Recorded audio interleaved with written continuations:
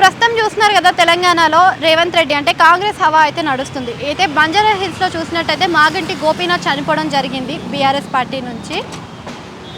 So జరగడం జరిగింది. So ఆ ప్లేస్లో చూసుకున్నట్టయితే మనకి ఎవరు వచ్చే అవకాశం ఉందంటే కాంగ్రెస్ వస్తుందా మళ్ళీ, లేకపోతే బీఆర్ఎస్ వస్తుందంటారా? అట్లని కాదు మేడం, ఇప్పుడు ప్రజెంట్ ఏదంటే జీరో బిల్ అని 10 సంవత్సరాలు రేషన్ కార్డు లేదు. రేషన్ కార్డు ఇచ్చిండు అందరికీ. కేసీఆర్ పరిపాలన ఒక రేషన్ కార్డు ఎవరికి ఇవ్వలేదు. సో జీరో బిల్ ఇచ్చిండు. ఇందిరామ్మ ఇల్లు ఇస్తున్నాడు. సో పర్వాలేదు, కేసీఆర్ కూడా బాగానే చేసిండు. రేవంత్ రెడ్డి పేదలకంటే పథకాలు ఇచ్చిండు. నా ఒపీనియన్ అయితే అది మేడం. అంటే ఇప్పుడు బై ఎలక్షన్స్ వచ్చినా కానీ మళ్ళీ కాంగ్రెస్ వస్తుంది అంటారా, లేకపోతే బీఆర్ఎస్ వస్తుంది అంటారా? ఇంకొంది కదా మేడం, 4 years ఉంది కదా, మంచిగా చేస్తే మళ్ళీ కాంగ్రెస్ రావచ్చు. మళ్ళీ కాంగ్రెస్ రావచ్చు. అంటే కాంగ్రెస్లో కూడా అన్ని పథకాలు అందరికీ అందట్లేవు. బీఆర్ఎస్లో రైతు బంధు, రైతు బీమా, దళిత బంధు, రైతు భరోసా లాంటి పథకాలు ఇచ్చాడన్నారు కదా.